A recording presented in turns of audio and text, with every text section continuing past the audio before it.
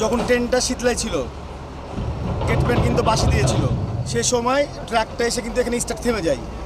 যেহেতু রেল লাইনটা কিছুদিন আগে মেরামত করে দেওয়া গেল, এই রেল লাইনটায় মানে ঢালাই করেনি তারা, এর জন্য প্রচণ্ড পরিমাণে গাড়ি যাওয়ার জন্য গর্ত আপনারা দেখতে পাচ্ছেন আপনারা, এর জন্য স্টার্ট ওখানে বন্ধ হয়ে যায়। কিন্তু গেটম্যান চেষ্টা করে যে তাড়াতাড়ি আপনি গাড়িটাকে সরান তাড়াতাড়ি, তো এই মুহূর্তে দেখে যে সামনে চলে এসেছে, তখন গেটম্যান দূরে চলে যায় লাল পতাকা নিয়ে।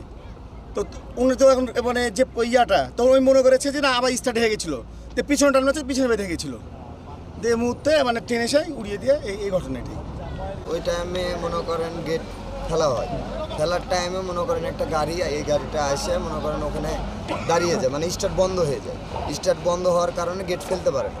গেট যখন না ফেলতে পারে তখন পরে আবার গাড়িটা স্টার্ট করার পরে ড্রাইভার চেষ্টা করে গাড়িটা এপার থেকে ওই পার নিয়ে যাওয়ার, কিন্তু এটা বিফলে আপনার ট্রেন আসে মারার পরে এই অবস্থা। এ বাড়ির শিশু এবং মানে শিশুর যে দাদি তারা গুরুতর আহত, ওনারা রাজশাহী মেডিকেল কলেজ হাসপাতালে আছে।